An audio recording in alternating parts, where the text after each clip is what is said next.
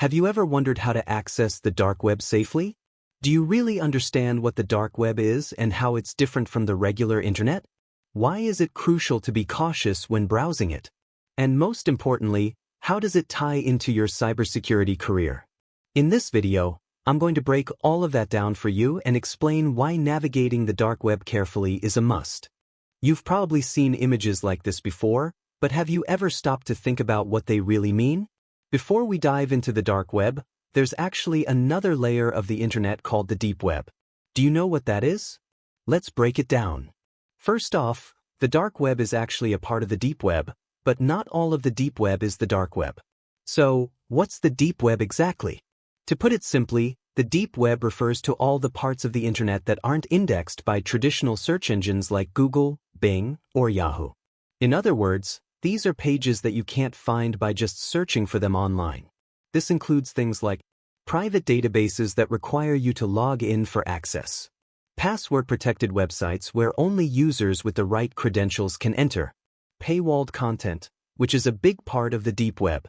So, what is paywalled content? Well, it's online material that's restricted and requires payment or a subscription to view.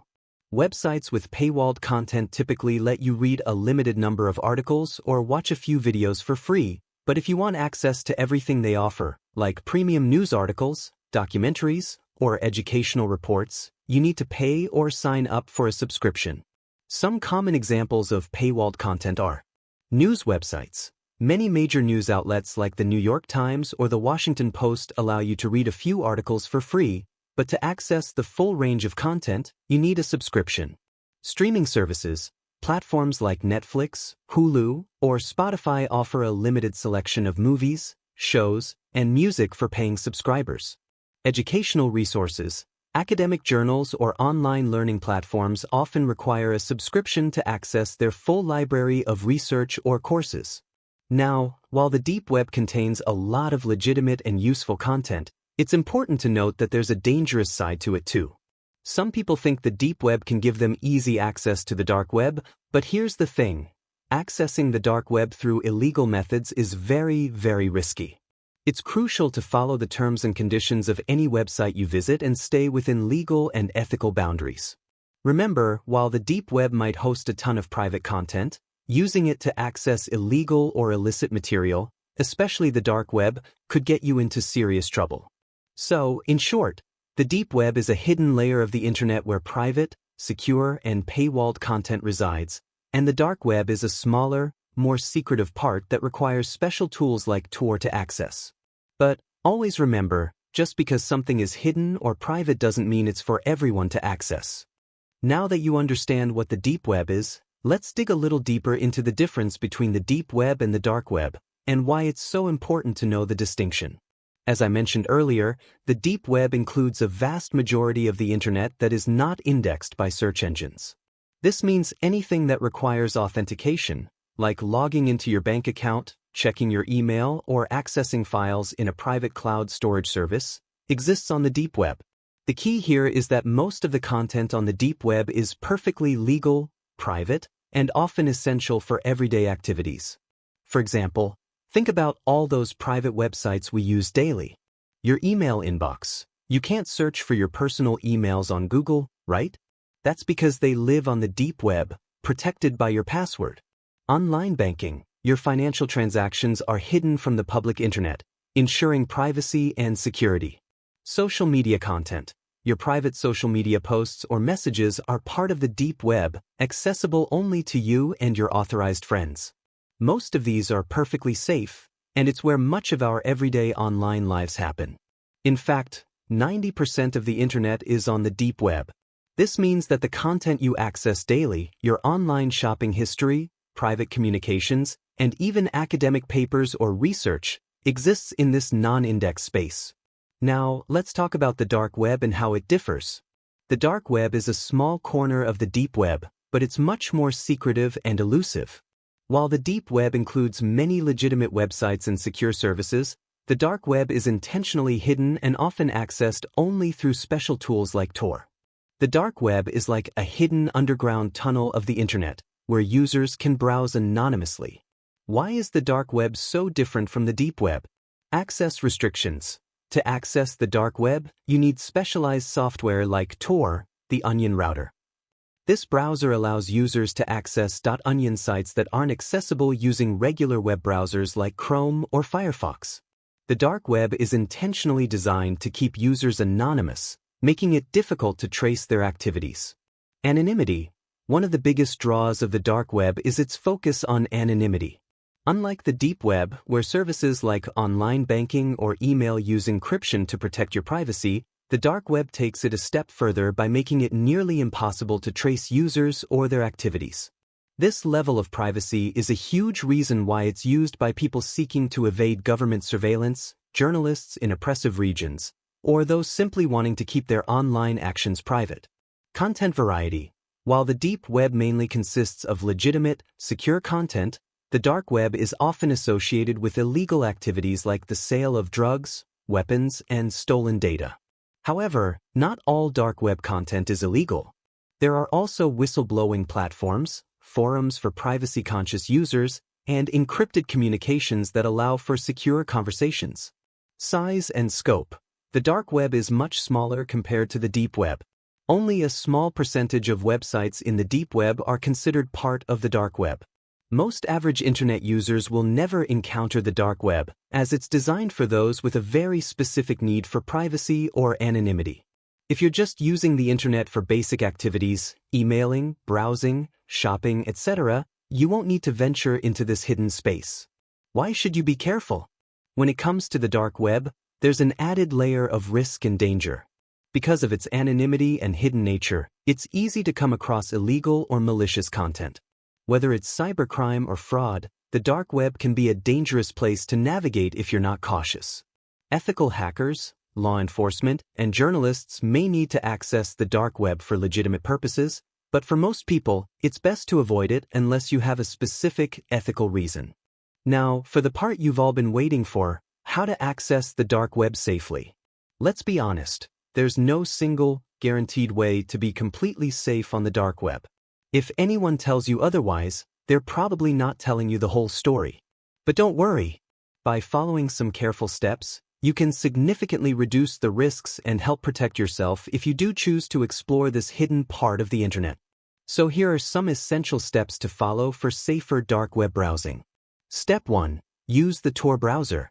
The Tor browser is the most common and secure way to access the dark web. Tor, the Onion router, works by sending your internet traffic through multiple layers of encryption, making it harder to trace back to you. Here's what you need to do. Download Tor only from the official website, torproject.org. This is crucial to avoid downloading a fake or infected version of Tor. Install Tor browser and configure any settings they suggest, which will help maximize privacy. Once in Tor, remember that .onion sites are unique to the dark web. These are the sites you'll be navigating. Note, Tor doesn't make you completely anonymous, but it's one of the best tools to protect your identity on the dark web. Step 2. Use a reliable VPN. Before you even open Tor, consider using a VPN, virtual private network. A VPN encrypts your internet traffic and hides your IP address, adding another layer of protection. When combined with Tor, a VPN makes it even harder for anyone to trace your activities back to you. Choose a VPN with a no-logs policy, meaning they don't store any of your browsing data. Connect to the VPN first, then open Tor for a setup known as Tor over VPN. This setup will route your traffic through the VPN first, adding extra privacy. Some popular and reliable VPNs include NordVPN, ExpressVPN, and ProtonVPN, though any VPN you choose should be well reviewed for privacy. Step 3. Turn off all scripts and plugins. JavaScript, Flash, and other plugins can be risky on the dark web. These features make it easier for malicious sites to track you or inject malware into your device. Here's what to do. In Tor, go to Settings and disable JavaScript and other plugins.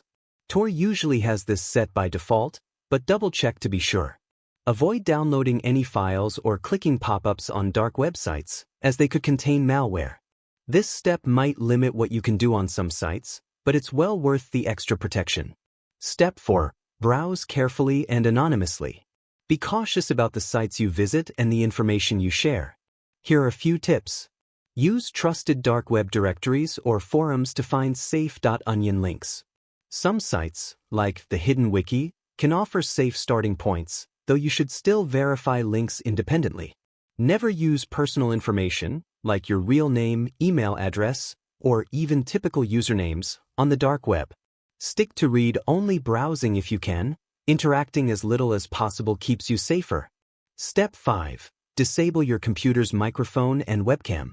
Some malicious sites on the dark web can try to access your device's microphone and camera without you knowing.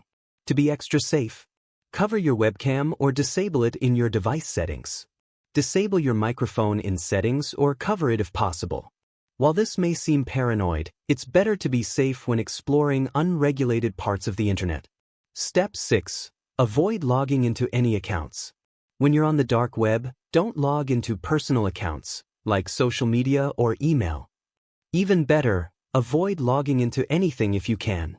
Logging in can expose identifying information, leaving you vulnerable to tracking or hacking. Step 7. Practice good cyber hygiene. Following basic cybersecurity practices will protect you from potential risks on the dark web. Keep your OS, Tor browser, and VPN up to date. This ensures that you have the latest security patches. Use a strong antivirus and firewall on your device for an extra layer of protection. Limit your time on the dark web. The longer you stay, the higher your chances of running into malicious content. Step 8. Consider using a virtual machine (VM). For an extra level of security, consider using a virtual machine, like VirtualBox or VMware, specifically for accessing the dark web. A VM creates a separate environment on your computer, isolating any potential threats. If your VM gets infected with malware, your main system remains safe. Recap: be cautious, be safe. So, to sum it up, download Tor browser from the official source and use it correctly. Turn on a VPN for added protection. Disable scripts and plugins to avoid being tracked. Be anonymous and cautious with what you access and share. Protect your device by covering webcams and using a VM if possible.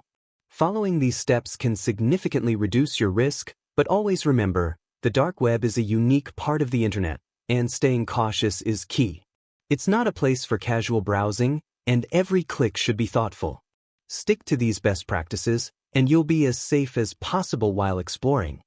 Before we wrap up, let's touch on an important question. Why do ethical hackers use the dark web, and why is it important for them? For cybersecurity professionals and ethical hackers, the dark web is a vital resource for staying one step ahead of cybercriminals. Many hackers and cybercriminals operate on the dark web, and it's often a place where data breaches, exploits, and vulnerabilities are discussed and sold. By carefully navigating these spaces, ethical hackers and cybersecurity experts can learn about emerging threats, understand hacker techniques, and gather information to better protect systems, organizations, and even the public. Essentially, exploring the dark web allows ethical hackers to identify and anticipate attacks before they happen, keeping us all safer in the digital world. And that's a wrap. If you're curious to learn more about the dark web, its uses, and how it's tied to the world of cybersecurity, feel free to reach out. Follow me here on CyberCortex for more insights into cybersecurity, ethical hacking, and the latest tech strategies. I'll be diving into more exciting and educational content soon, so stay tuned for the next video. Thanks for watching, and remember to always stay secure online.